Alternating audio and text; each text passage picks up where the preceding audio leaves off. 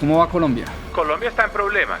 Hoy tenemos a dos invitados que creo yo no necesitan presentación. Mauricio Cárdenas, exministro de Hacienda y Crédito Público. Mauricio Reina, analista económico, investigador de Fedesarrollo. Y hay gente que dice, Donald Trump, aunque le gustan los autoritarismos y tal, sería un mejor socio de Colombia para luchar contra el narcotráfico y hacer algo en el caso de Venezuela. Podríamos ver un dólar en 5.000 pesos. Sí, puede pasar. Estamos hasta acá los colombianos de reformas tributarias. Se inventan reformas tributarias que los ciudadanos de a pie ni siquiera entendemos. Uno no se debe conformar con el crecimiento per se.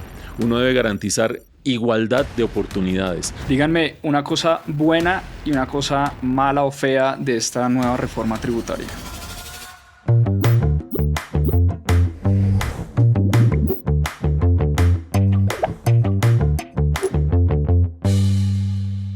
Hola, bienvenidos a un nuevo episodio del podcast de Mis Propias Finanzas. Hoy tenemos a dos invitados que creo yo no necesitan presentación. Estamos acá con los Mauricios, Mauricio Cárdenas, Mauricio Reina, dos personas que venía persiguiendo hace mucho tiempo. La verdad es que no me pierdo su programa Entre Amigos, me encanta, me ayuda muchísimo a entender qué está pasando en el mundo, qué está pasando en la economía mundial, local aquí en Colombia. Hablan un poco también de política, tema del que yo no soy experto y que me gusta también aprender bastante. Y tenemos a dos grandes expertos, dos grandes economistas, yo diría que dos de los economistas más importantes de Colombia y de la región. Por un lado también Mauricio Cárdenas, mi exministro de Hacienda y Crédito Público, fue encargado de manejarnos la plática a los colombianos por unos años. Mauricio Reina, analista económico, investigador de Fedesarrollo, amante del cine, mejor dicho, yo creo que tenemos mucho de qué hablar hoy. Señores, bienvenidos a Mis Propias Finanzas. Pues muchas gracias, Juan Pablo. Placer estar acá, gracias por la invitación. Y qué bueno que haces referencia a los Mauricios, porque ahora oficialmente lo vamos a llamar los Mauricios. ¿Ah, sí? Ya al principio nos daba un poco de pudor, pero ya nos dijeron que era una marca mucho mejor que la de Entre Amigos, porque nadie se acuerda de Entre Amigos y hay muchos Entre Amigos, entonces los Mauricios. Hace poco, Juan Pablo, muchas gracias por esta invitación, qué bueno que nos estén siguiendo en este momento. En el panel de opinión que hace Cifras y Conceptos, a mí me llamó César Caballero y me dijo, oiga, qué pena, la versión impresa están subestimados porque aparecieron dos veces. Aparecieron como Entre Amigos y como los Mauricios. En la versión digital ya los unimos, pero es que hay esa confusión de nombres, entonces creo que sí nos toca. Creo que hay que empezar con un mea culpa, porque el peor consejo para alguien que quiere establecer una marca es tener dos marcas. Sí, no. Entonces, Ya nosotros los Mauricios. Aprendimos la lección. Pero amigos desde colegio, ¿no?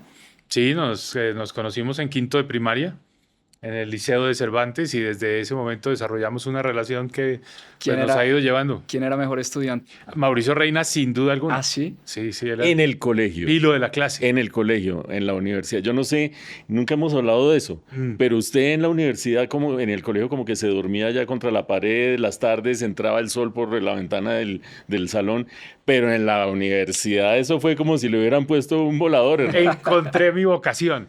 Eso sí fue un golpe de suerte, porque yo decidí estudiar economía y como que al principio tenía una idea de qué se trataba, pero le cogí mucho gusto desde el principio. Pero Juan Pablo, dentro de 2 semanas tenemos una reunión de exalumnos de nuestra generación de 45 años. Y nosotros nos conocimos en quinto de primaria. Eso quiere decir que nos conocemos hace 52 años más o menos. Es una barbaridad. Mejor dicho, aprovechemos para hablar.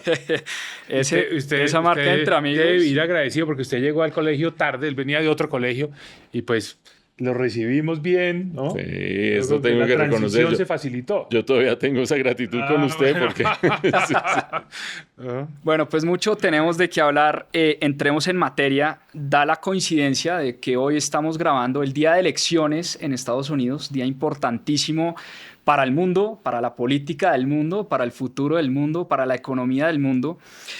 Obviamente hago una aclaración, este capítulo saldrá después de elecciones cuando ya habremos conocido el resultado, pero no puedo dejar de preguntarles, primero, ¿quién creen que va a ganar? Y la segunda sería, ¿qué le conviene más a Colombia? Mauricio Reina. Bueno, esa pregunta es dificilísima porque cuando ustedes vean la respuesta, ya uno va a estar o totalmente equivocado o totalmente correcto. Entonces, ¿qué tal que esté uno totalmente equivocado diciendo a estas alturas? No, yo les digo lo que sé. Y lo que sé es que la ponderación de encuestas y la ponderación de las encuestas en los swing states, en los estados que son definitivos, ha dado hasta hace 5 días una distancia a favor de Donald Trump. Y en los últimos 4 días, estamos grabando el día de elecciones, una recuperación de Kamala Harris, y en esos swing states Kamala Harris gana por un margen dentro del margen de error, pero gana en 5 de los 7 estados. Entonces me voy a guiar es por eso, me voy a guiar por la siguiente frase, ojo a lo siguiente. Las encuestas a estas alturas dicen que gana Kamala Harris, pero Trump ha derrotado las encuestas persistentemente, las derrotó cuando ganó la presidencia de los Estados Unidos. Entonces ahí vamos. Ya le digo, Juan Pablo, quién creo que le conviene más a Colombia, pero usted quién cree que va a ganar Pues para mire, que me saque de este atolladero. es que estamos 5 de noviembre grabando este programa, porque esto va a quedar para la eternidad. En este momento son las 10:30 de la mañana. Acabo de venir de una reunión de Goldman Sachs para hablar precisamente sobre el tema. Y la última información que tiene Goldman Sachs es que la probabilidad de Kamala es 50.002. Wow. Y la de Trump es 49.998. O sea, esto está totalmente empatado. Pero la tendencia es favorable a Kamala porque hubo un momento de quiebre, un tipping point, que fue la reunión de Trump, la manifestación que hizo en el Madison Square Garden en Nueva York. A partir de ese momento, que fue hace más o menos una semana, empezó una tendencia negativa. ¿Por qué? Porque vinieron unos ataques, digamos, en un tono que le empezó a generar muchos problemas con los puertorriqueños ese día. Pero después diciendo que al montarse en un camión de basura y diciendo que la parte de Estados Unidos que no estaba con él era una basura. Y hay un voto femenino que está muy preocupado con el tema del aborto y que es un voto que no se había contado. Hay una encuesta en Iowa. Iowa es siempre republicano, pero las mujeres en la última encuesta en Iowa le están dando una ventaja a Kamala Harris. O sea, yo creo que las tendencias sí van a favor de Kamala y muy probablemente, si eso se mantiene, pues yo me atrevería a apostar que puede ganar Kamala Harris. Ahora, una de las cosas que he leído y que ustedes también han comentado es que gane quien gane, ambos están abogando por una política más proteccionista, de más aranceles, de más cuidado de la economía interna, afectando la economía global. ¿Cómo ven ustedes ese tema? Yo creo que va a haber más proteccionismo, pero más con Trump que con Harris. Y esa es una mala noticia para Colombia. O sea, el mundo se va a volver más proteccionista. Eso significa menos comercio, eso significa menos crecimiento económico y eso significa que Estados Unidos sobre aranceles y otros países van a tomar medidas retaliatorias. Entonces vamos a entrar en un mundo donde va a ser más difícil el comercio internacional y para un país como Colombia que aspira a aumentar sus exportaciones, pues eso no es bueno. Y los aranceles también generan inflación, porque suben el precio. Entonces, la inflación impide que bajen las tasas de interés más en Estados Unidos, en Europa, y por lo tanto, entonces vamos a vivir en un mundo donde la tasa de interés que se va a mantener hacia adelante es más alta de la que se estaba pensando antes de las elecciones. En Estados Unidos podríamos estar hablando de una tasa del 3,5% hacia adelante, cuando venimos de 15 años de tasas de interés prácticamente de cero. Entonces, el mundo tiene que acostumbrarse a que la nueva normalidad es una tasa de interés más alta, en parte por el proteccionismo. Siempre que gane Donald Trump. Siempre que gane Donald Trump. Los cálculos de JP Morgan, no sé ustedes qué han evaluado, Mauricio, o que discutieron con Goldman Sachs, es que entre aumentar aranceles a la China por encima del 50% y aumentarle al resto del mundo 10%, da un golpe de una vez, pero un golpe de inflación de 2,5 puntos. Eso es una barbaridad para la economía de los Estados Unidos, un golpe de una sola vez, pero de 2,5 puntos de inflación. Y eso significa mayores tasas de interés, como dice Mauricio, menor estímulo para el crecimiento, pero algo clave: presión sobre las monedas de las economías emergentes hacia arriba. Parte de la devaluación que está viviendo Colombia y que está viviendo América Latina tiene que ver con que hasta hace 5 días Trump venía con un gran ímpetu y por lo tanto la expectativa era mayores tasas de interés en Estados Unidos, salidas de capitales de América Latina. Desde esa perspectiva, con la pregunta que hacía Juan Pablo, ¿qué le puede convenir más a Colombia? Uno diría, pues le puede convenir más Kamala Harris, más tranquilidad en la economía, se hizo la transición, hizo el aterrizaje suave en la economía de Estados Unidos y no esta expectativa de proteccionismo, altas tasas de inflación y altas tasas de interés en Estados Unidos. Pero como no todo es economía, hay una simpatía de mucha gente por Donald Trump en Colombia, porque los demócratas, y en eso coincido yo, nos desatendieron en cuestión de cultivos ilícitos, nos desatendieron en cuestión de Nicolás Maduro, se dejaron meter un golazo horroroso de Nicolás Maduro, y hay gente que dice, Donald Trump, aunque le gustan los autoritarismos y tal, sería un mejor socio de Colombia para luchar contra el narcotráfico y hacer algo en el caso de Venezuela. Habría que ver. Mi corazón con Kamala Harris, porque no hay que olvidar que Donald Trump es un delincuente, declarado por un juez delincuente y le faltan procesos por sacar adelante. Pero como no todo aquí es blanco o negro, sino que hay distintas dimensiones, ¿usted cómo ve ese tema multidimensional? Yo voy a empezar diciendo que qué buena la pregunta sobre el proteccionismo, porque acaban de terminar las reuniones anuales del Fondo Monetario en Washington y dentro de esas reuniones hay una que es la más importante, a puerta cerrada, solo muy pocos ministros de Hacienda están invitados, estamos unos 20, 25, y se llama el ejercicio de alertas tempranas. Y ahí es donde se discute qué es lo que puede ir mal en la economía mundial. Entonces, a veces hablan de pandemias, a veces hablan de guerras. El tema esta vez fue lo que realmente genera preocupación en términos del futuro de la economía mundial es el proteccionismo que se puede venir después de las elecciones en Estados Unidos. Porque claro que con Trump seguramente los aranceles van a subir más, pero con Harris en todo caso se van a mantener altos los aranceles, se va a mantener una política, digamos, comercial de mucha confrontación con la China y van a tratar de que Europa también adopte esas medidas proteccionistas para frenar a la China. Mejor dicho, el proteccionismo está por todas partes y eso a nosotros, digamos, no nos conviene como Colombia. Entonces yo creo que ahí tenemos un tema de qué preocuparnos y pienso yo que el menor crecimiento de la economía global por cuenta del proteccionismo es algo que nos va a pasar una cuenta de cobro a nosotros acá en Colombia. Sobre el tema de a quién nos conviene, yo estoy de acuerdo con lo que dice Mauricio. Yo creo que aquí en Colombia hay mucha gente que está pro-Trump porque piensan que eso nos va a ayudar a resolver nuestros problemas, ¿no? Y yo personalmente creo que eso no es correcto. Yo no creo que Trump realmente, desde el punto de vista en lo que estamos nosotros acá en Colombia, que tenemos muchos problemas, yo creo que eso vaya a hacer mucha diferencia. Yo creo que los problemas acá los vamos a tener que resolver nosotros, porque la actitud de Estados Unidos frente a Colombia siempre ha sido poco distante, donde últimamente me parece que no hay un interés directo por los temas de Colombia. Entonces, yo creo que pues sí, un triunfo de Trump a algunas personas puede dar tranquilidad de que entonces va a atacar más y va a buscar una solución al problema de Venezuela y eso para nosotros es bueno y que seguramente le va a poner un poco de límites a lo que está pasando en Colombia con los cultivos ilícitos, que también es muy bueno para nosotros porque Petro ha tenido carta blanca para hacer lo que ha querido con la paz total y nadie le ha dicho nada y eso nos está costando en términos de seguridad. Pero pienso yo que nuestros problemas realmente son propios, los generamos nosotros y los vamos a tener que resolver nosotros. Y con Trump o con Harris, pues la verdad es que al final esto va por cuenta nuestra.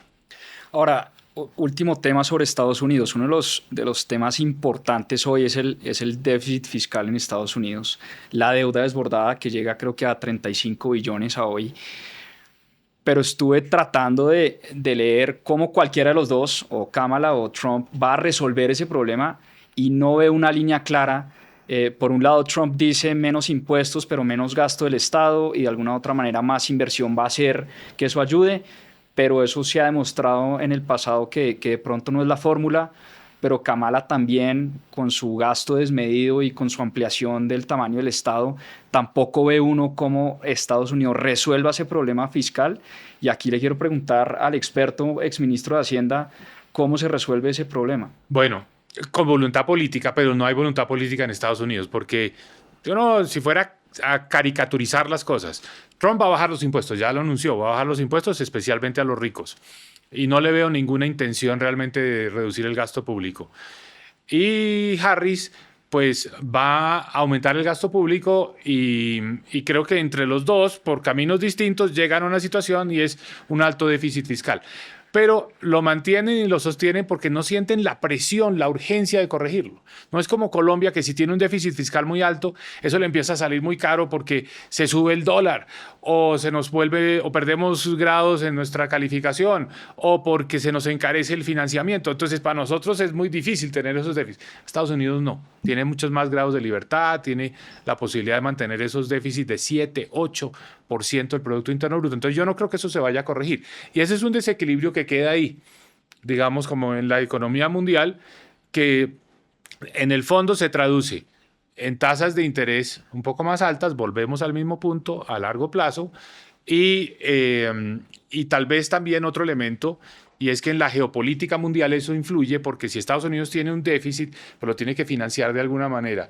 ¿Y quién lo financia?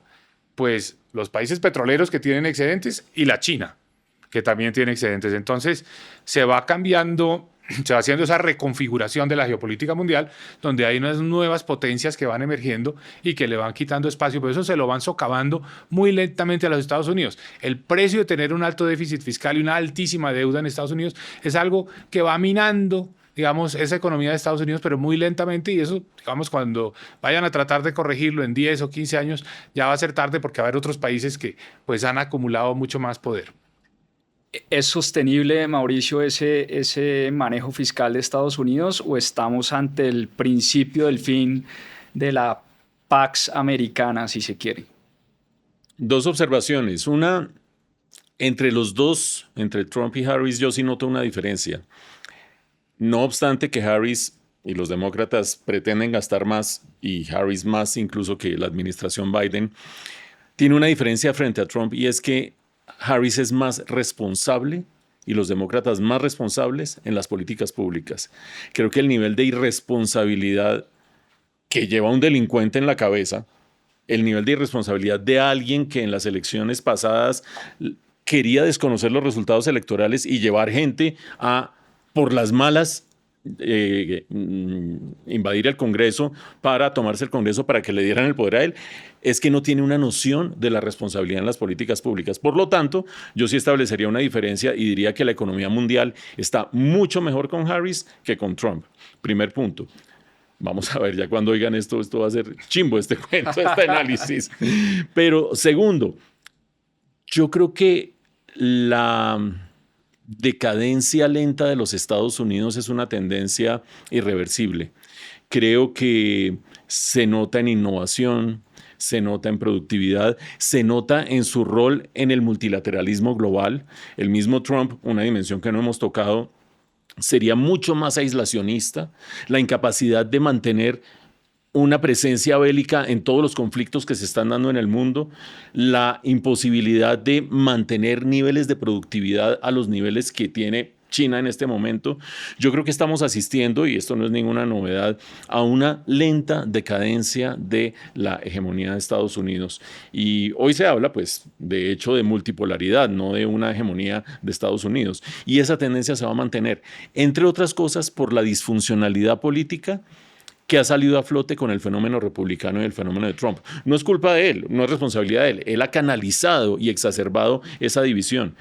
Pero hay un país más dividido que Estados Unidos. Alguno dirá, sí, Colombia. Bueno, hay un país más profundamente dividido que Estados Unidos en este momento. Y si uno no tiene unos propósitos comunes y si uno no tiene algo que permita superar la polarización, pensar en ser líder mundial es absurdo. Yo pienso que para ponerle a la ecuación un elemento adicional, valdría la pena preguntarse qué va a pasar en la Cámara de Representantes y en el Senado. Porque yo creo que estos escenarios de que las políticas van para un lado o para el otro dependen mucho de cómo es la configuración. Si hay un partido, por ejemplo, el Partido Republicano, que obtiene la presidencia, obtiene el Senado y obtiene la Cámara, entonces ahí uno sí se preocupa de que entonces va a haber una situación fiscal muy deteriorada, de que los aranceles, de la manera de manejar los conflictos. Pero todo indica que la mezcla va a ser donde no hay un partido que maneje todo.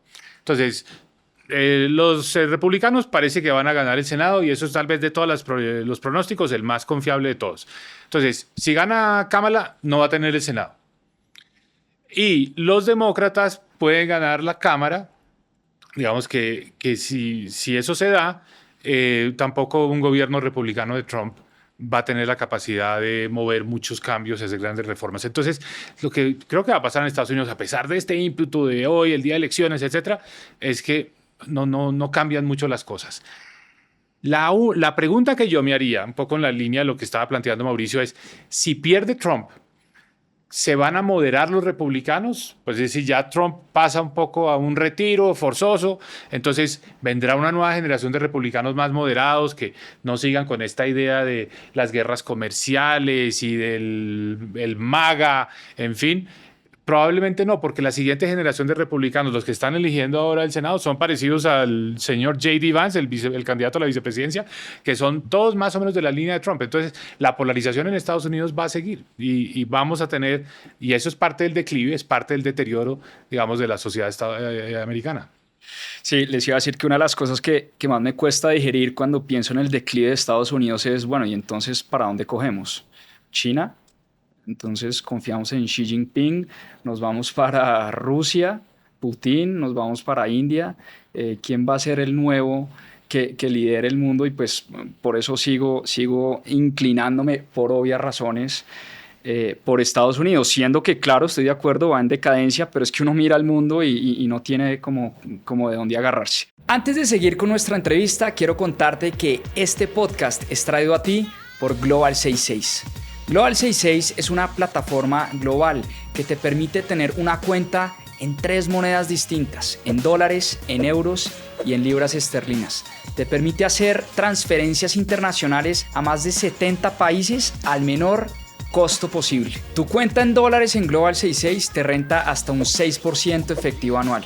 Además, tienes todo lo que necesitas para una cuenta internacional. Routing number, IBAN y código SWIFT. Global 66 está supervisada por las entidades reguladoras en cada uno de sus países. En el caso de Colombia, está supervisada por la Superintendencia Financiera de Colombia. Descarga ya la aplicación en el link que te voy a dejar en la descripción del episodio y empieza a tener beneficios por ser parte de la comunidad de Mis Propias Finanzas. Ahora sí, regresemos a la entrevista. Vámonos para Colombia. ¿Cómo va Colombia? ¿Cómo ven a Colombia? Colombia está en problemas y lo interesante es que son problemas causados por nosotros, internos. No es que estemos en medio de una crisis internacional y que los mercados se hayan descolgado y que entonces eso haya tenido repercusiones sobre Colombia, como ha sido históricamente digamos, la explicación cuando hemos tenido problemas. No, aquí si no estamos creciendo bien, si no hay confianza para la inversión, si no hemos podido, digamos, avanzar en muchos frentes, necesarios de las políticas públicas, es por causas internas, es por la política interna. Entonces yo creo que eso también nos debe servir para que en una conversación como esta, que tratamos siempre de ponerle mucho énfasis a lo que pasa en el resto del mundo, pues nosotros la tarea que tenemos que hacer es propia y creo que hay pues mucho descontento en este momento con lo que está pasando en Colombia, especialmente con su economía, y pues tal vez la luz de esperanza que hay es que este episodio, esta fase, pues termine en el 2026. ¿Y qué tendríamos que hacer, Mauricio? Ustedes que son economistas y saben que la forma de sacar a millones de personas de la pobreza es creciendo la economía. ¿Qué tendríamos que hacer en Colombia para crecer al 5, 6, 7%, pero de manera sostenida en el tiempo? ¿Qué tiene que pasar acá? Juan Pablo, hay una cifra que es muy diciente y es la que corresponde a un concepto que se maneja en la discusión económica, que es el crecimiento potencial. El crecimiento potencial le da a uno el máximo crecimiento que puede alcanzar una economía sin recalentarse. Es como si usted tuviera el motor de un carro pequeño, eso le da hasta cierto punto y si trata de forzarlo, se le empieza a recalentar y le empieza a sacar humo, etcétera, etcétera. La economía colombiana hace 10 años tenía un crecimiento potencial de 4,7, 4,8%. Hoy en día el crecimiento potencial de la economía colombiana es 2,8%. Es decir, se nos ha contraído la capacidad de crecimiento y hoy no es solamente que no tengamos fuentes de crecimiento, la olla está chiquita, el carro está chiquito, el motor está chiquito. ¿Cuál es la clave para crecer? Primero, el poder aumentar el tamaño de ese motor y el poder aumentar el tamaño de ese fogón y de esa olla. Y eso depende claramente de la inversión. De las distintas variables de demanda de la economía colombiana, la más golpeada en los últimos tiempos, el año pasado cayó 25%, es la inversión. En lo corrido de este año va cayendo 15%, y eso es nueva tecnología, nueva productividad, nuevas fábricas, todo lo que permite que una economía crezca. Entonces, inversión, que depende de manera crítica de la confianza, por supuesto también de las tasas de interés, pero ustedes en estos programas cotidianamente, semanalmente, periódicamente, están viendo que las tasas de interés están bajando en Colombia, y a pesar de eso la inversión no reacciona como debería reaccionar, y eso tiene que ver con incertidumbre. Por lo tanto, querríamos que hubiera certeza, que hubiera claridad de políticas públicas, que hubiera confianza en el país, y eso nos lleva a todas las dimensiones de las políticas públicas que están en este momento en medio de la incertidumbre. Pero hay dos en concreto que son clave para superar este bache de crecimiento. Una de ellas es la que tiene que ver con la paz y la seguridad, porque claramente hay inversionistas que dicen, bueno, sí, no, que los índices de confianza y qué sé yo, pero vean este desastre de la paz total, este país para dónde va en términos de seguridad. Ese sería un factor clave. Y el otro que no se puede soslayar es que si uno quiere crecimiento sostenible necesita políticas sociales que sean efectivas. Creo que hasta el presente el país ha aprendido de esta transición tan traumática hacia un gobierno de izquierda, que es el gobierno de Gustavo Petro, que las necesidades sociales ameritan una mayor atención en la agenda pública. Si uno logra confianza, control territorial y seguridad y unas políticas sociales idóneas, creo que este país tiene todas las ventajas en medio de las necesidades de este siglo. Pero no será un tema más bien de ejecución, porque este gobierno habla de política social todos los días de la vida. No, o ¿a qué te refieres con más política social? Me refiero a que, así como empecé yo a decir que Colombia tenía un crecimiento potencial del 4,7% durante 3 lustros en este siglo, uno no se debe conformar con el crecimiento per se.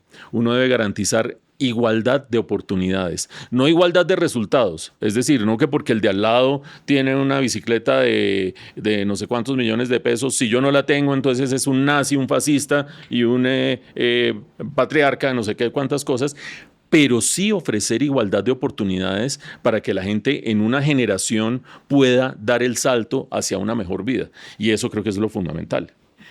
Ustedes también impulsaron leyes de financiamiento. Estamos hasta acá los colombianos de reformas tributarias, o sea, no nos aguantamos una más. Todos los días o todos los años o todos los gobiernos, incluyendo el suyo, se inventan reformas tributarias que los ciudadanos de a pie ni siquiera entendemos. ¿Por qué no logramos tener una reforma tributaria estructural que realmente recaude los impuestos que tenga que recaudar? ¿Y por qué todos los años estamos hablando de una nueva ley de financiamiento en Colombia? Juan Pablo, esa es una muy buena pregunta y es un tema, digamos, que genera siempre mucho inconformismo en Colombia. Y la razón es política, porque propuestas de reformas estructurales han llegado al Congreso, pero en el Congreso siempre se diluyen, se debilitan, aparecen los intereses de los diferentes sectores, todo el mundo quiere proteger sus beneficios, sus exenciones, en fin. Entonces, el sistema político lo que va produciendo son una serie de reformas parciales.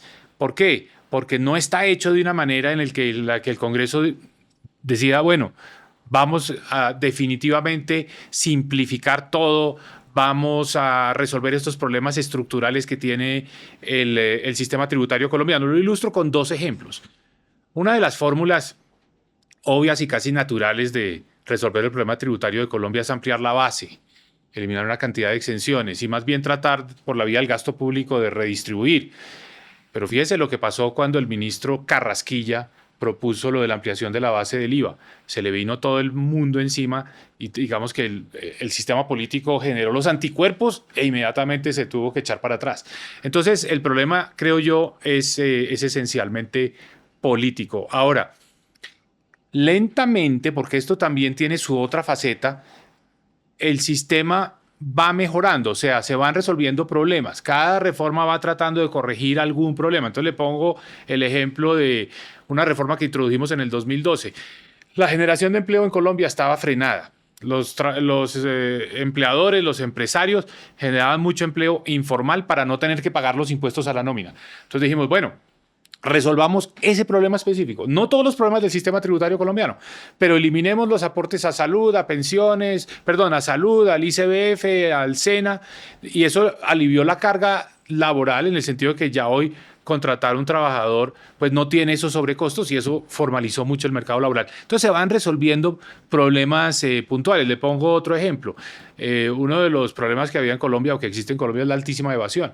Y parte de la evasión es que evadir impuestos no era un delito, cuando en todo el mundo evadir impuestos es un delito. Entonces, bueno, todo el trabajo político, que no fue de una vez, sino 2 o 3 veces, 2 intentos, para que el Congreso dijera, bueno, la evasión de impuestos es un delito. Entonces, todo eso son como parte de un proceso de mejoramiento paso a paso. No se produce esa reforma estructural porque el sistema político no lo permite, pero eso no implica que no se vayan haciendo ajustes que en la práctica van mejorando la forma como funciona el sistema tributario.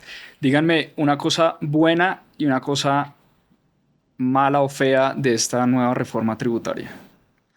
A mí esta ley de financiamiento no me gusta de entrada, porque si bien tiene unas carnadas que lo que están buscando es que los políticos muerdan el anzuelo, como la bajada del impuesto de renta para las sociedades de menor nivel de utilidades, como establecer un sistema diferencial, pues esta reforma tributaria... ¿Eso no es bueno? Eso tiene muchos problemas, porque a nivel de las personas, de los individuos, uno sí quisiera que quienes tienen más ingresos paguen más impuestos. Pero en el caso de las sociedades no es tan obvio, porque puede haber empresas muy grandes que tienen utilidades muy grandes, pero una rentabilidad baja. Entonces, ¿por qué esa impuesta con utilidades más grandes, pero con rentabilidad más baja, tiene que pagar una tarifa de impuesto de renta del 35% versus un bufete de abogados donde pues las utilidades nominalmente son bajas, pero la rentabilidad es muy alta y acabarían pagando una tasa de impuesto de renta del 27%. En el mundo, por lo general, no hay tarifas de impuesto de renta diferencial por el tamaño de la empresa o por el tamaño de las utilidades, porque realmente eso puede generar unas inequidades muy grandes. Entonces a mí no me parece bueno. Pero ese es el anzuelo porque están diciendo, bueno, a las empresas, a las pymes, pero ahí se van a meter muchas empresas pequeñas que son altamente rentables, se les va a bajar el impuesto de renta. Pero a mí lo que no me gusta es que a través de esa ley están cambiando las reglas de juego. En particular están cambiando la regla fiscal, dándole al gobierno más espacio para gastar. Y esa ley también tiene otro elemento que a mí me parece particularmente peligroso y es que está ampliando el impuesto de patrimonio ya para llegar a niveles, digamos, de menos de 2.000 millones de pesos que sin ninguna duda van a acabar afectando la inversión en Colombia. Entonces el impuesto de patrimonio, al extenderse de la manera como lo quieren hacer, pues va a ser negativo para la inversión.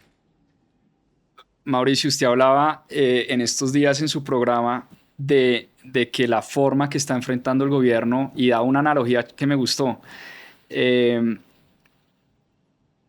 hablando de la regla fiscal, y usted me corrige si la estoy diciendo bien o no, pero es como cuando uno está gordo, que la forma de mejorar la gordura es abriéndole un huequito al cinturón, en vez de tratar de adelgazar. Eso es lo que están haciendo con esta nueva ley de financiamiento, que daban ustedes unas cifras, algo así como ampliar a casi más de 0.5 del PIB ese aumento del gasto. Sí, efectivamente, yo creo que esa es una buena manera de entender de manera fácil lo que está proponiendo la ley de financiamiento. La ley de financiamiento propone recoger más o menos 12 billones de pesos y de esos más de la mitad, un poquito más de la mitad, vienen de la regla fiscal. Entonces uno dice, wow, regla fiscal, ¿qué es eso? ¡Qué maravilla! ¿Me va a traer más ingresos? No. El gasto está excedido, la persona está gorda y efectivamente flexibilizar la regla fiscal es suéltese un poquito más del cinturón para que no se vea tan maluco, pero no significa de ninguna manera mejorar la financiación ni hacer ningún tipo de sostenibilidad fiscal hacia adelante. Esa es una cosa mala. Pero la otra cosa mala, porque no le veo ninguna buena, es que esta propuesta de ley de financiamiento de reforma tributaria viene como resultado de un presupuesto sobredimensionado y desfinanciado. ¿Por qué sobredimensionado? Sobredimensionado porque este gobierno tiene muy malos niveles de ejecución y quiere más plata sobre todo quiere plata en momentos en que se aproxima un año preelectoral. De pronto ahorita hablemos un poco de política. Y en un año preelectoral, pues tener chequera para repartir, comprar favores, ayudas, lealtades, etcétera, es supremamente atractivo. Pero cuando uno ve los niveles de ejecución que tiene el gobierno, no se compadecen con la necesidad de más plata. Por el contrario, el gobierno deja 50, 60 billones sobre la mesa al final de cada año, del año pasado, y este año va a ser otro tanto, porque no es capaz de ejecutarlos. Entonces pide más plata, pero no es capaz de ejecutarla. Pero sobre todo, es un presupuesto que está sobredimensionado tomando en cuenta el tamaño del Estado colombiano. Si uno le sigue más o menos las cifras al gobierno de Gustavo Petro en sus distintos documentos de política fiscal, se da cuenta que el crecimiento del Estado colombiano como porcentaje del PIB es sustancial durante esos 4 años del gobierno de Gustavo Petro. Y eso sin financiación, frenando la economía, generando con 1 o 2 reformas tributarias menos estímulos para la inversión. Es decir, todo mal. Todo mal. Mi padre me decía siempre, hijo, gasta menos de lo que ganas e invierte la diferencia. Aquí la ecuación está como invertida. Claro. Gastamos más de lo que ganamos, no invertimos. Y es que estamos en un punto de inflexión, porque hasta ahora el déficit fiscal, digamos, se ha mantenido bajo control dentro de lo que podría decirse son los parámetros de la regla fiscal.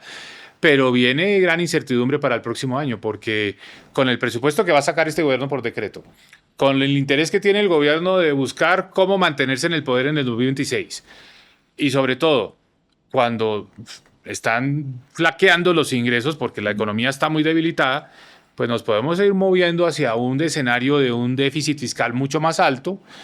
Y eso, ojo, porque eso no es un problema de los técnicos, de los economistas, etcétera. Si el déficit fiscal empieza a subir y supera, digamos, el 6% del PIB, que es algo que podría pasar el año entrante, eso empieza a tener consecuencias inmediatamente sobre la tasa de cambio, sobre la tasa de interés de largo plazo. Son una cantidad de variables que afectan todos los negocios en Colombia. Entonces, estamos en un punto crítico, un punto de inflexión. ¿Quién va a ganar ese pulso? ¿La responsabilidad fiscal, defender la regla, un poco el papel del ministro de Hacienda o la política? Lo que acaba de pasar con el Sistema General de Participaciones, esa reforma constitucional, muestra que realmente quien tiene más control sobre las decisiones no es el ministro de Hacienda, sino el área política del gobierno y el propio presidente, el ministro del Interior. Entonces me preocupa mucho que para el año entrante se genere una situación fiscal que lo que hace es que pierda más confianza Colombia, que los capitales empiecen a ir y que suba el dólar. Juan Pablo, solamente para complementar lo que dice Mauricio, lo que acaba de pasar con el Sistema General de Participaciones, porque habrá gente que está tomando nota de sus propias finanzas, pero no de las del gobierno. Entonces dice, bueno, ¿qué es el rollo? Acuérdense ustedes, está en curso en el Congreso una reforma constitucional que ya prácticamente salió. 6 de 8 debates aprobados, en los cuales le transfiere una mayor porción de los ingresos del gobierno, los que recoge el gobierno central, a las regiones. En este momento, esas transferencias son más o menos el 25% de los ingresos. Las lleva casi a 40% de los ingresos en el lapso de 12 años. Pero eso solo cuadra, ese círculo solamente cierra si se transfieren las responsabilidades correspondientes, los gastos que hay que hacer correspondientemente y las capacidades. Y eso no se logra en 12 años. Eso es una bomba fiscal. Ese dinero no está. Y eso no va a pasar, porque simplemente la plata no existe. O sea, pueden inventarse en el papel lo que quieran, pero esa plata no existe.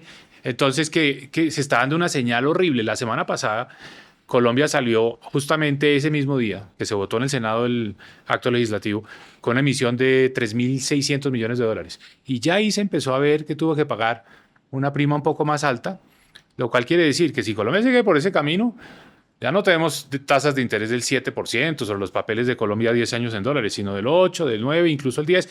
¿Y qué significa todo eso? Que la plata que tenemos en Colombia se nos va a ir pagando los intereses de la deuda. Ya hoy de cada 100 pesos que recauda la DIAN, 40 se van en pago de intereses y eso va a seguir. Entonces, nosotros no podemos seguir por ese camino. Por eso, yo creo que tú que preguntabas al comienzo, Colombia, ¿cómo está? Bueno, lo primero que tenemos que hacer es sincerarnos. Y estos niveles de déficit fiscal que nosotros tenemos no son sostenibles. Estados Unidos no nos sirve de ejemplo. Estados Unidos puede hacer eso, puede darse el lujo, tiene el dólar, ¿no? Es la primera economía del mundo. Colombia no puede darse ese margen de maniobra, no lo tiene. Entonces, nos saldría muy caro. Ya la semana pasada vimos la subida del dólar, seguramente ahora hablaremos un poco de eso. pero todo es consecuencia de cómo los mercados van leyendo las decisiones de política económica nuestras. Pero les hago un poco de pushback ahí, porque no es un secreto para nadie que este es un país supremamente centralista. Lo dijo James Robinson, nuevo Nobel de Economía, que uno de los mayores problemas de Colombia ha sido la forma en la que se ha gobernado este país desde Bogotá, desde el centro, tomando las decisiones únicamente acá. O sea, ese sistema general de participaciones no le da a las regiones del país que han estado olvidadas por mucho tiempo, pues algo de maniobra para manejar su dinero y su política. Mira, yo no sé, Mauricio, qué posición tomó sobre eso, pero yo escribí y sobre todo mandé una redacción alternativa, una proposición para el Congreso, donde evidentemente hay que ir reforzando la descentralización. Uno recorre este país y el descontento que hay en las regiones con Bogotá es tremendo, porque es que desde Bogotá se decide si en un municipio como Andes, Antioquia, se construye una cancha de fútbol o no. Y para no hablar de si se construye un metro o un sistema de transporte masivo en una ciudad grande. O sea, es impresionante el control que tiene Bogotá sobre las decisiones de inversión en lo territorial. Y obviamente las regiones resienten eso. Entonces hay que reforzar esa descentralización, que obviamente significa pues, que haya más recursos que se administran a nivel local. Pero esto no se puede hacer a la brava, como lo hace este acto legislativo, que es decir, de aquí a los próximos 12 años se van a subir las transferencias, se van prácticamente a duplicar las transferencias. No, tiene que haber una discusión de vamos a transferir más recursos, pero al mismo tiempo vamos a transferir las competencias, las obligaciones, las funciones de los gobiernos territoriales, porque no se puede seguir con el gobierno nacional haciendo lo mismo que hace hoy y mandando los recursos a los entes territoriales. Entonces tiene que ser una ley, pienso yo, no un cambio en la Constitución, una ley que dice tantos recursos, tales funciones. Y cada 10 años hacemos una evaluación de cómo va esa descentralización. Esa es mi propuesta. Lo que se hizo ahora es simplemente decir, ahí va la plata. Y más bien después discutimos cuáles son las funciones. Y el día que llegue la discusión de las funciones, todo el mundo va a decir, no me ponga esa función, deje esa función en Bogotá, más bien mándeme la plata a mí. Y eso es lo que fiscalmente no va a cuadrar. En el mismo sentido, solo complementando algo, yo coincido con Mauricio en que yo mencionaba 3 cosas: transferencia de recursos, transferencia de tareas y funciones y transferencia de capacidades. Mauricio ha hablado muy claramente de cómo la plata no se debería transferir si no hay funciones claramente establecidas. Pero lo de capacidades es clave, Juan Pablo y Mauricio, por una sencilla razón. Porque tener simultáneamente, y voy a hacer el comentario impopular de esta sesión, tener simultáneamente una transferencia de recursos sin responsabilidades y un fortalecimiento de la presencia de los grupos al margen de la ley en las regiones, como está sucediendo con la Paz Total, con injerencia en la elección de alcaldes en los municipios, eso es una bomba explosiva. Es repartir plata a unas regiones, y no estoy menospreciando absolutamente a ninguna región ni a ninguna clase política, sino a regiones en las cuales no hay capacidades distintas a las que estén diciendo los grupos al margen de la ley. Y eso es absolutamente suicida para un país cuyo Estado de Derecho tambalea en amplias zonas del territorio nacional. Yo sobre eso no. Yo creo que la consecuencia lógica es que hay que acabar con la política de paz total. O sea, no funcionó, claro. Está mal concebida, está pésimamente implementada, hay que acabarla. Porque yo creo que no se podría penalizar a algunos municipios o regiones de Colombia con ese argumento, porque pues lo que hay es que resolver ese problema directamente y después pues construir esas capacidades locales para que los municipios y los departamentos puedan recibir más recursos y los puedan administrar bien, porque esa es otra preocupación. A ver, tú mencionabas a James Robinson. Yo creo que es cierto que nosotros tenemos un país muy centralista y eso viene desde la era colonial, y lo que ha tratado de hacer el país en los últimos años es descentralizarse. La reforma del 91 es paso importantísimo en esa dirección, la Constitución del 91, pero también la forma como hoy se manejan las regalías, ¿no? Que permiten que todos los departamentos de Colombia reciban su cuota, y también la forma como hoy, digamos, se está manejando, digamos, en los últimos años, cómo ha evolucionado, porque ha significado un aumento importante de los recursos para las regiones. Entonces lo que hay es que profundizarla, pero yo no me quedaría con esa visión negativa, pesimista, de que Colombia es un país fracasado. A mí no me gusta esa caracterización de Colombia o usar a Colombia como ejemplo de países fracasados.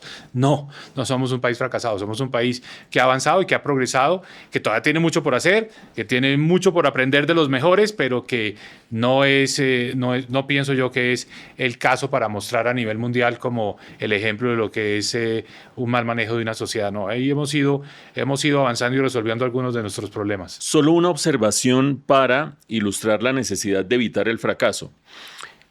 La Defensoría del Pueblo tiene unas cifras que son escandalosas y es presencia de los grupos al margen de la ley, y estamos hablando de 4 grupos esencialmente: ELN, las disidencias de Iván Mordisco, las disidencias de alias Calarcá, el Clan del Golfo, y si quieren métanle la segunda Marquetalia, en más de la mitad de los municipios colombianos. Y eso se incrementó durante la primera mitad del gobierno de Gustavo Petro. Nos queda un poco menos de la segunda mitad. Es decir, no es ciencia ficción el decir que los territorios están en cada vez menor condición frente a actores al margen de la ley. Yo estoy de acuerdo con Mauricio. La idea es voltear la paz total. Lo que sí me parece que es de un casi que cinismo absoluto es que simultáneamente el gobierno le dé condiciones a los grupos guerrilleros para fortalecerse y empiece a decir, y fuera de eso les vamos a mandar plata a las regiones. Ojo a esto. Todos los candidatos o candidatas a la presidencia de la República del 2026, excepción supongo del pacto histórico, van a decir: tarea número 1 del nuevo gobierno, retomar el control del territorio en Colombia. Claro. Eso, lo que está pasando hoy en Argelia, en el departamento del Cauca, el corregimiento del Plateado, es un ejemplo de lo que tendría que hacer este gobierno en todo el país, pero ni siquiera lo va a poder hacer allá. Porque allá salió Iván Mordisco a decir que entonces no iban a permitir que entraran algunos de los funcionarios del gobierno que tratan de llegar allá a ver qué, digamos, inversión pueden hacer y qué pueden llevar de proyectos, etcétera. Ni siquiera los van a dejar entrar. Entonces, ¿qué quiero decir con esto? Que esa es una agenda que queda ahí sobre la mesa, que seguramente va a ser central en las campañas del 2026. Me abriste la puerta. ¿Todos los candidatos van a decir o vamos a decir?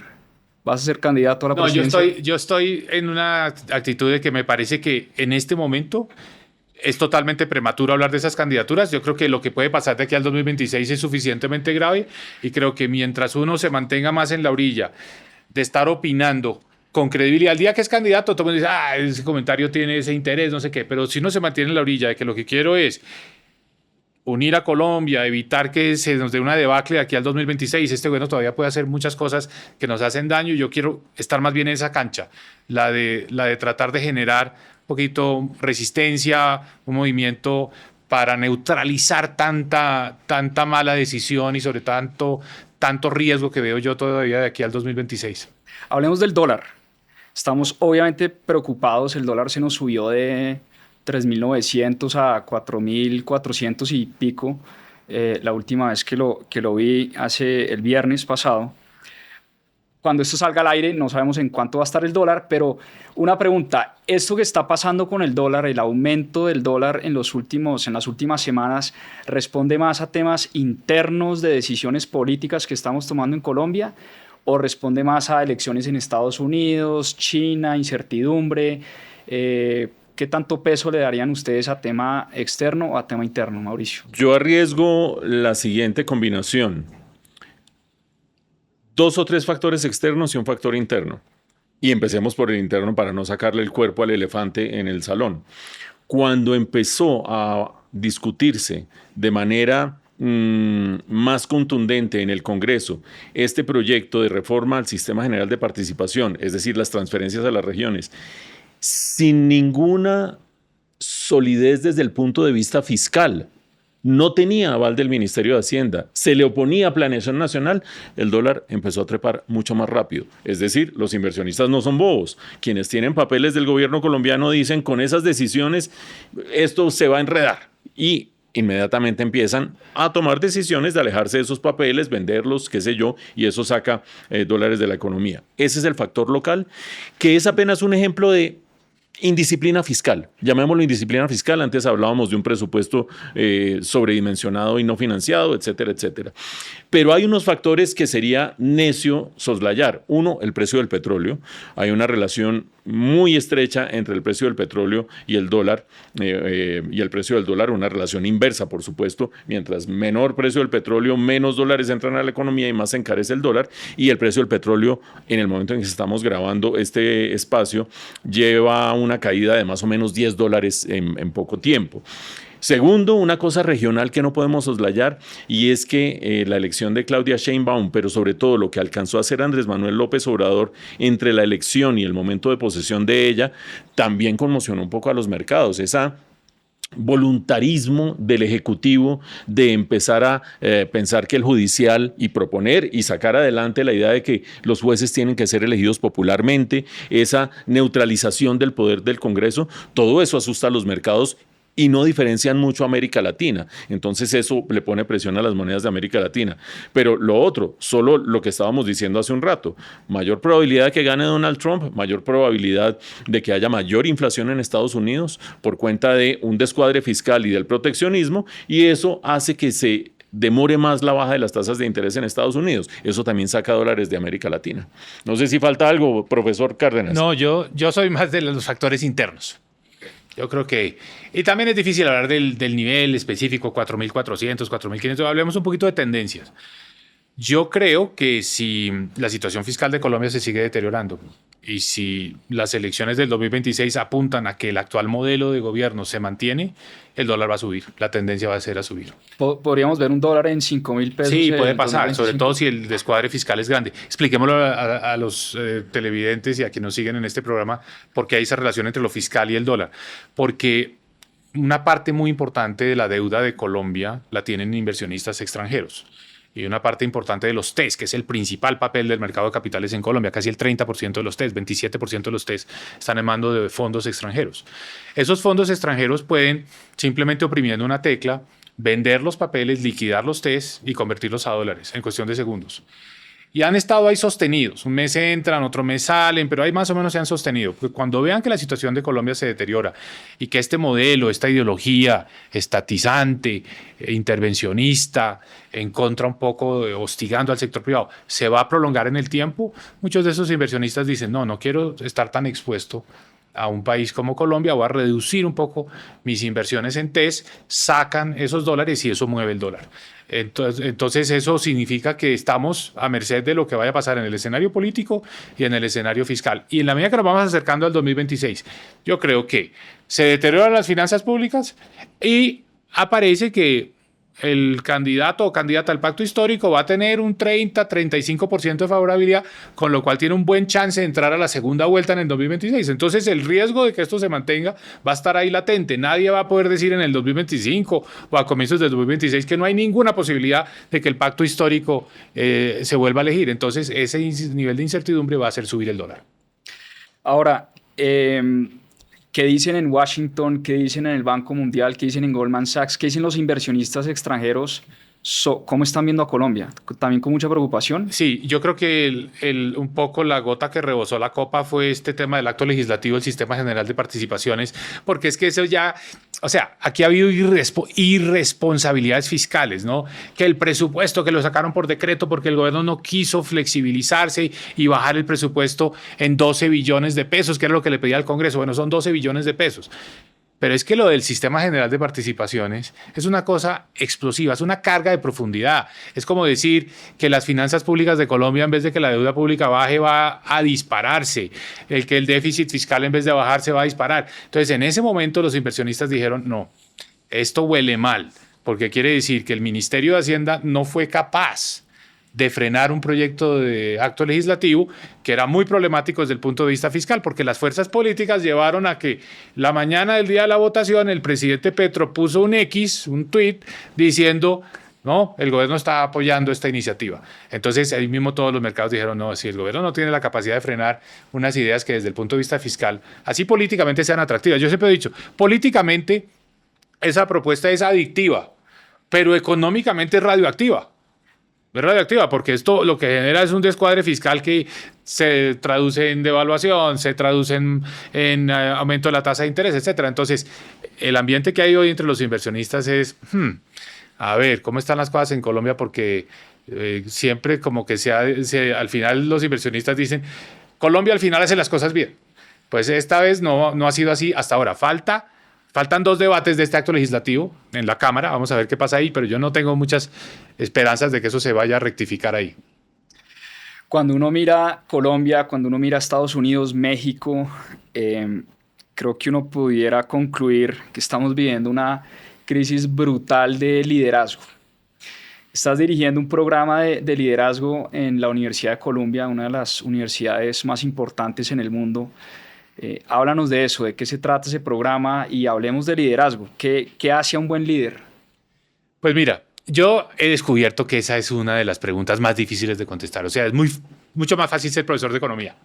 Ser profesor de economía es saberse bien sus ecuaciones, tener claros los conceptos, en fin, bueno, es lo que he hecho toda la vida. Me encanta además enseñar economía. Le he enseñado a muchísimos colombianos con un libro que tengo que se llama Introducción a la Economía Colombiana. Pero enseñar liderazgo es supremamente complejo porque no hay una forma de definir el liderazgo. El liderazgo tiene muchas facetas, tiene muchos elementos. Yo siempre he dicho esto, que es muy importante que los estudiantes tengan una base académica sólida, que entiendan los problemas. Lo que estamos es enfocándonos en los grandes desafíos globales en este programa que tú mencionas. Pero además se necesitan unas habilidades muy distintas. Uno, para ser líder, no solo tiene que entender el problema, tiene que ser persuasivo, convincente. Entonces tiene que aprender a expresarse muy bien, oral y por escrito. Tiene que aprender también a debatir.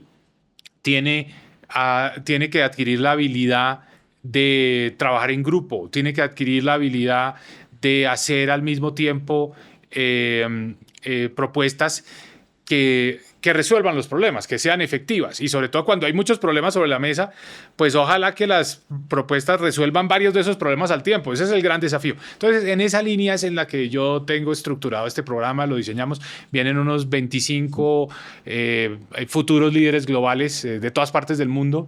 Y pues tenemos una interacción muy personal, muy de coaching, de mentoría, de a cada uno entender cuáles son sus aspiraciones, sus objetivos, cuáles son sus sueños, y pues ahí vamos construyendo. Y bueno, yo estoy muy contento con ese proceso. Yo he aprendido mucho, esa es la verdad. Me imagino. Mauricio, un líder que admires en Colombia o en el mundo. Yo creo que los líderes aparecen... Hay una cosa muy curiosa, tienen que estar en la esquina que toca en el momento que pasa el bus. Hay líderes que están en una esquina todo el tiempo y no les pasa nunca el bus. Y hay personas que no son tan buenos líderes que están en la esquina de repente y pum, pasó el bus y se los llevó por delante. Se los llevó por delante, no, se montan en el bus y nos llevan por delante a todos.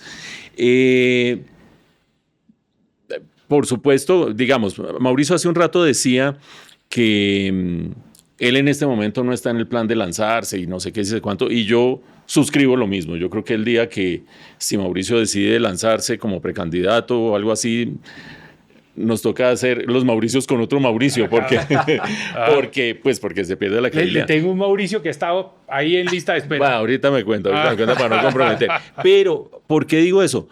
Porque estamos entre amigos, independientemente de cualquier consideración política. Yo creo que una persona como Mauricio en Colombia reúne tantas capacidades. Es decir, cuando uno habla con empresarios, con ejecutivos, con gente del común y dice, oiga, ese tipo sí sabe del manejo de la hacienda, sabe del manejo del transporte, sabe del no sé qué, les dice cuánto, estuvo en planeación, hizo no sé qué. Como que toda la escuela de la política pública la ha hecho Mauricio, y no es el único. Tenemos otro par de colegas de la tecnocracia tan demeritada últimamente que son personas con las mejores credenciales, y yo creo que el país tiene que voltear a mirar a esos tecnócratas, tiene que voltear a mirar a gente con la experiencia como la que tiene aquí mi amigo Mauricio, mientras seamos muchas gracias. Entre amigos.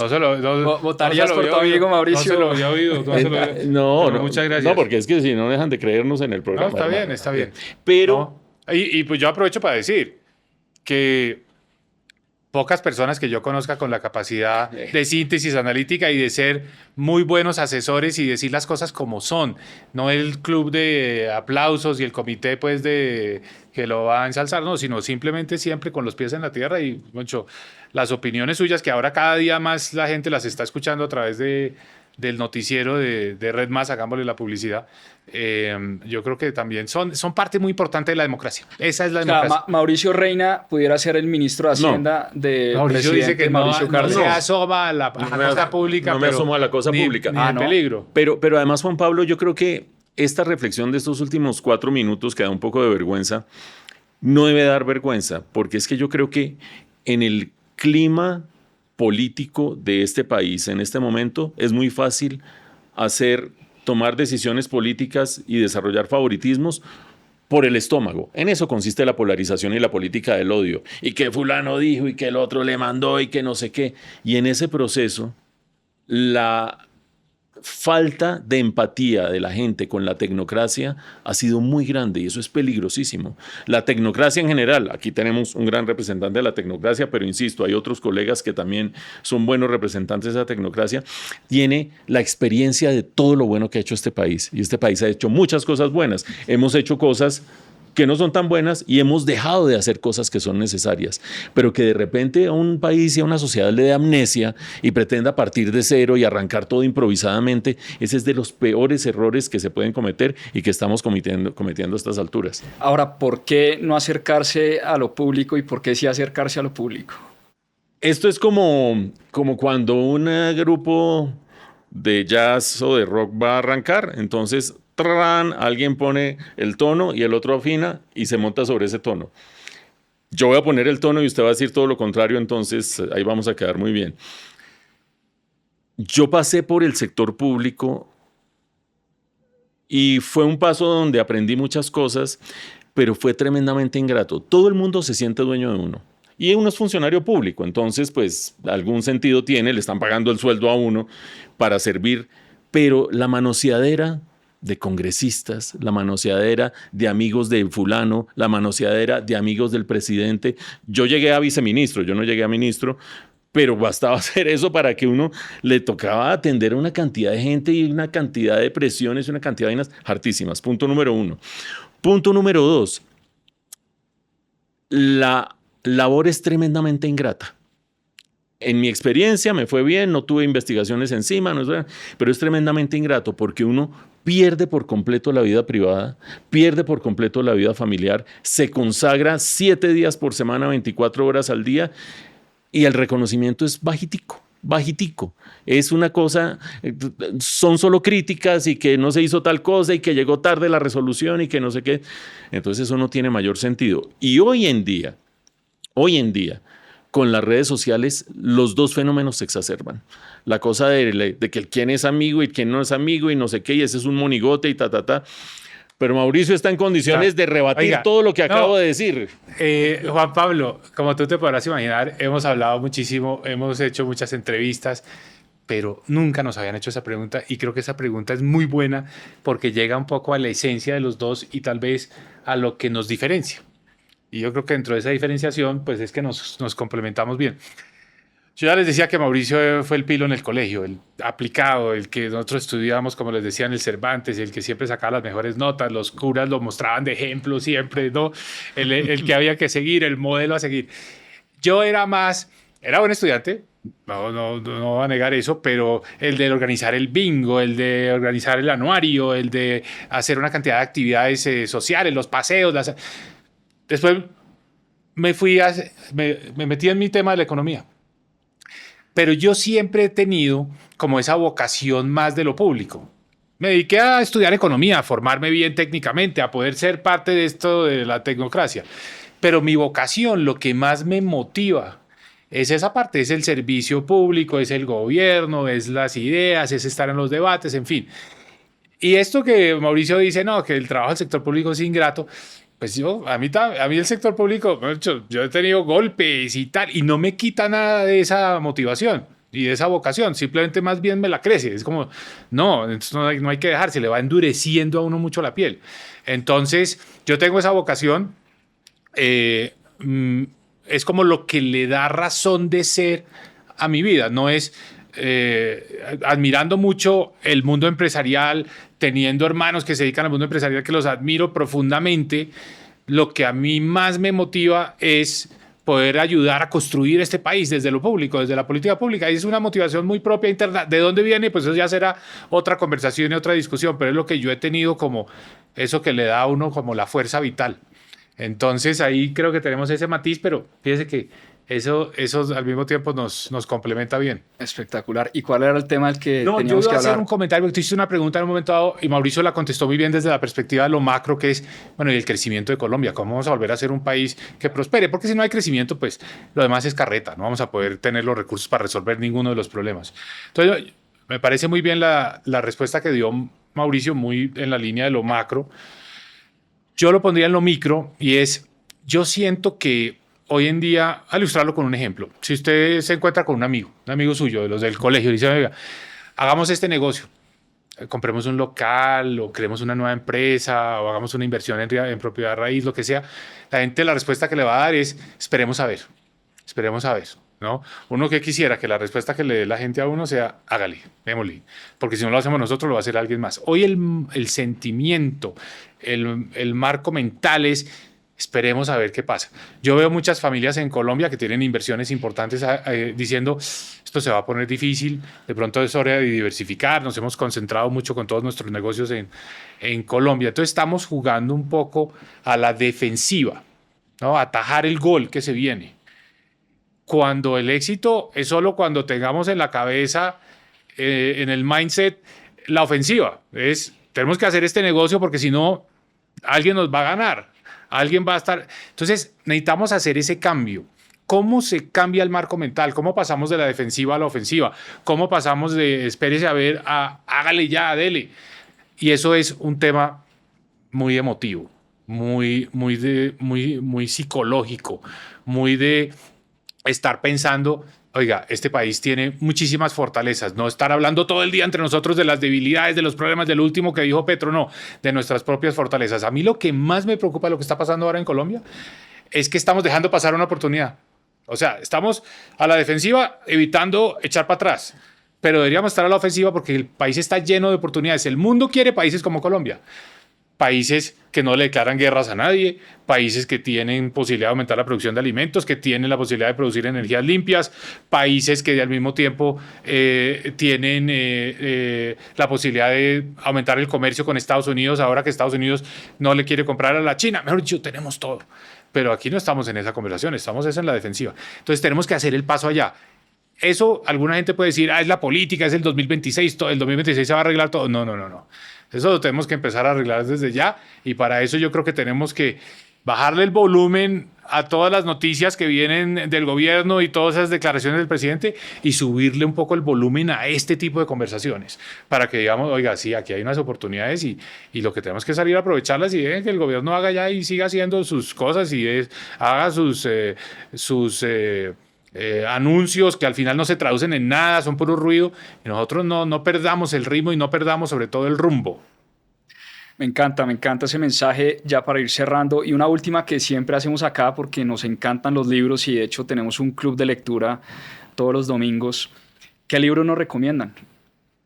Pues yo, ahora que tocaste liderazgo, mis estudiantes en este momento están todos esta semana leyendo el libro y la semana entrante lo vamos a discutir sobre el liderazgo de Tony Blair.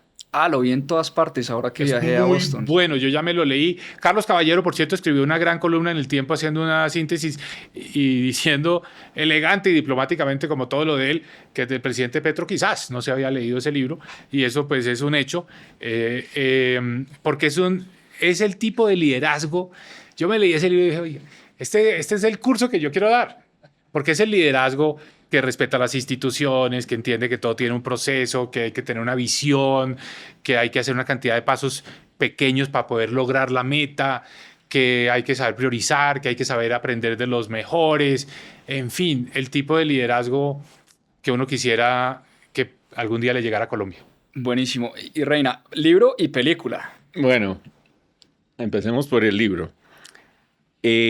Salió de la manera más imprevisible posible.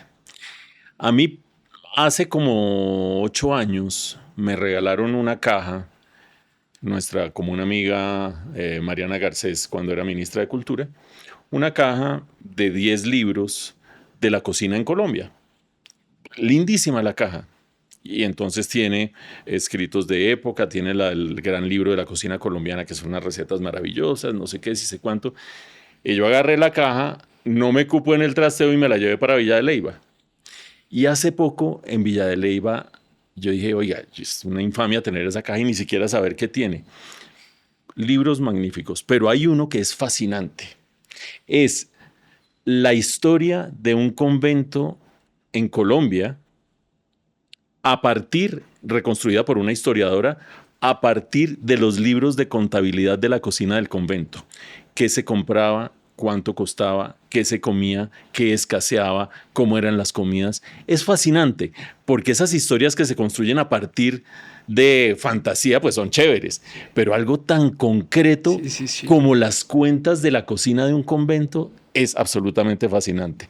Entonces, ese es el hallazgo. ¿Cómo se llama el libro? Bueno, lo vamos a poner en la descripción del video. Lo buscamos. Vamos a poner la carátula en la descripción del video. Yo voy a mandar, porque es que me lo encontré de la nada y me voy yo metiendo y es fascinante. Y acá tenemos varios cineastas en el equipo, entonces recomendación de película. Bueno, la película recomendada y es casi que impajaritable para cualquiera, es La habitación de al lado, la película de Almodóvar que estrenaron, cuando estamos grabando este programa, lo estrenaron hace unos pocos días. Y hay gente que dice que Almodóvar ha ido perdiendo gracia, que ha ido perdiendo picante, que se ha vuelto demasiado denso, demasiado... Pero yo creo que son los ciclos de vida de los creadores también. Yo creo que llega un momento en que la visión de las cosas amerita un punto de vista más reflexivo y con mayor densidad, sin que eso sea pesado y sin que sea aburrido.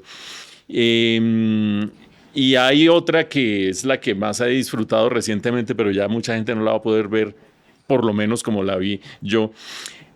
Se están cumpliendo 2004, 40 años del estreno de Stop Making Sense. Usted tal vez la vio conmigo alguna vez, que es la filmación de un concierto que dio Talking Heads, un grupo que revolucionó la música y que aún hoy, 40 años después, está en el top 3 de las mejores películas hechas sobre conciertos de rock en la historia, 40 años después. Como parte de la celebración, la presentaron en distintos lugares del mundo, a veces más larga, a veces más corta. En Colombia hubo como 2 semanas de funciones, la trajo una distribuidora que es Cineplex, y aunque yo la tengo en DVD, nunca es lo mismo que estar en una sala en la que todo el mundo se sabe las canciones, todo el mundo las canta, todo el mundo las disfruta. Eso se debe haber sentido así en el concierto de Paul McCartney. Que yo no fui. Yo tampoco, yo no sé si usted fue. No fui. No, pero como que estuvo excelente. Bueno. Oiga, y hablando de películas, me ha impresionado la cantidad de nuevas series hechas en Colombia, producidas en Colombia, que están saliendo, especialmente en Netflix. Muy bien hechas y muy, muy interesantes. O sea, es una industria que está floreciendo. Colombia realmente esas son como de las apuestas. La gente le pregunta a uno, ¿y dónde hay que apostarle a Colombia? Mire, todo lo que sea exportación de servicios, todo lo conexo con el turismo. Ahora que está tan de moda el tema de protección de la diversidad, todo el mundo está dispuesto a pagar por eso. Y los casos de éxito empresarial que estoy viendo que están floreciendo tienen mucho que ver con esto, con servicios. Y ese es el nicho en el que, pues, primero, ya estamos mostrando mejores resultados. Y segundo, donde estoy seguro que la podemos sacar del estadio. No, vea la calidad de esta producción y el agradecimiento. 1, 2, 3, 4, 5, una cantidad aquí de hemos personas elevado talentosas en el sector audiovisual. La calidad de nuestro equipo audiovisual, por supuesto que sí. Gracias por esas recomendaciones y les voy a contar una anécdota. A ver. Este libro, ¿no? Introducción a la economía colombiana. Esa es la primera edición. Primera edición. Sí. Y la historia es la siguiente. Yo estaba estudiando hace ya varios años, 20 años, mi pregrado en Washington. Sí. Y mi padre compartía contigo, creo que en la Asociación de Padres de Familia del Colegio Los Nogales. Yo me gradué del Colegio Los Nogales. Sí. Y cuando salió este libro, mi papá lo compró y me lo hizo firmar. Este libro está firmado. Y dice lo siguiente, esto hace 20 años, ¿no? Para Juan Pablo, espero que te sirva para fortalecer tu vocación por los asuntos públicos de la patria. Mauricio Cárdenas. Entonces, Y Ahí el tienen tema vuelve a salir esa hoy. anécdota. El tema Los vuelve a salir asuntos hoy. públicos de la patria. Los Oiga, lo asuntos que no lo públicos había de la oído patria. recientemente es hablar de patria. Eso tiene como... Es que la semántica también Va cambiando. Va cambiando. Va cambiando. Ahora la forma es nación. fondo por ahora. Sí, ¿no? sí. Bueno, pues Bien. en modo de agradecimiento, Eso, yo le tenía yo echado quiero, el ojo, Juan Pablo. yo Sí. quiero hacerles este regalo. Este fue un libro que publiqué este año, mi primer libro, que recoge un poco lo que ha sido como nuestra historia en mis propias finanzas, la historia mía con Caro, de por qué llegamos poco de la nada a crear una empresa de educación financiera y por qué le estamos apostando a educación financiera también en esta patria, en este país y en esta región. Nada que ustedes ya no conozcan como economistas expertos, por supuesto, pero de pronto a un hijo, a un conocido, le puede ayudar en algo. Entonces, a ver, este es Para Mauricio. para Mauricio, Ahí sí no hay pierde. Muchas gracias, Mauricio Juan Pablo. R. Mauricio R y Mauricio C. Muchas gracias, Juan Pablo. Muchísimas De verdad, gracias. muchísimas Esto de- gracias a los dos por aceptar El la orgullo invitación. y la satisfacción que se siente cuando uno publica un No, libro es una enorme. locura. La verdad es una locura y me costó Sí, mucho escribirlo, muchas gracias pero, por lo que... pero como les digo, nada que ustedes no conozcan ya, un tema, Muchas gracias. temas un poco básicos de pronto para lo que ustedes hacen y conocen, Sí. pero seguramente algún conocido, algún hijo, algún familiar. Mira, le yo puede ayudar bastante. supongo que con eso quieres cerrar, pero yo no quiero dejar de decir que el problema de la inclusión, el problema de la desigualdad, el problema de un poco la inequidad que hay en Colombia es un tema que está y que va a seguir y que no vamos a dejar. O sea, es un tema que el país ya tiene muy posicionado, lo tiene en el radar. Es muy bueno hacer énfasis que una de las maneras de resolver ese problema de la desigualdad y la inequidad es a través de las finanzas. Claro. Las finanzas son lo que nos permite Total. superarnos, crecer, pasar de un nivel socioeconómico a otro. Las finanzas, si no hubiera las finanzas, si no aprendiéramos a manejarlas bien, quedábamos atrapados siempre en la misma situación. Lo que le da movilidad social a los países es tener acceso al financiamiento. Y esto, digamos, la pedagogía que hacen ustedes es fundamental porque más allá de esos discursos grandilocuentes, rimbombantes, donde sacamos a relucir todo lo malo que está en Colombia desde la colonia, desde que somos un país independiente, si uno quisiera fórmulas concretas es cómo le ayudo a los colombianos a tener mejor educación financiera, cómo ayudo a que haya más inclusión financiera, cómo ayudo a que la gente tenga más acceso al crédito y a un crédito en condiciones que sean, digamos, asequibles. De manera que esto es fundamental para la agenda de inclusión de Colombia. Señores, pues qué honor. Muchísimas gracias por su Gracias, tiempo, Juan Pablo. su generosidad y bueno, ojalá sea la primera de muchas conversaciones. Ojalá así Gracias sea. a ustedes. Muchas gracias. Y felicitaciones por el programa y por haber recuperado los casi 1 millón de seguidores en La sufrimos, la en sufrimos. Instagram, que algún día nos contarás esa anécdota. Así es. Un abrazo, muchas gracias. Gracias.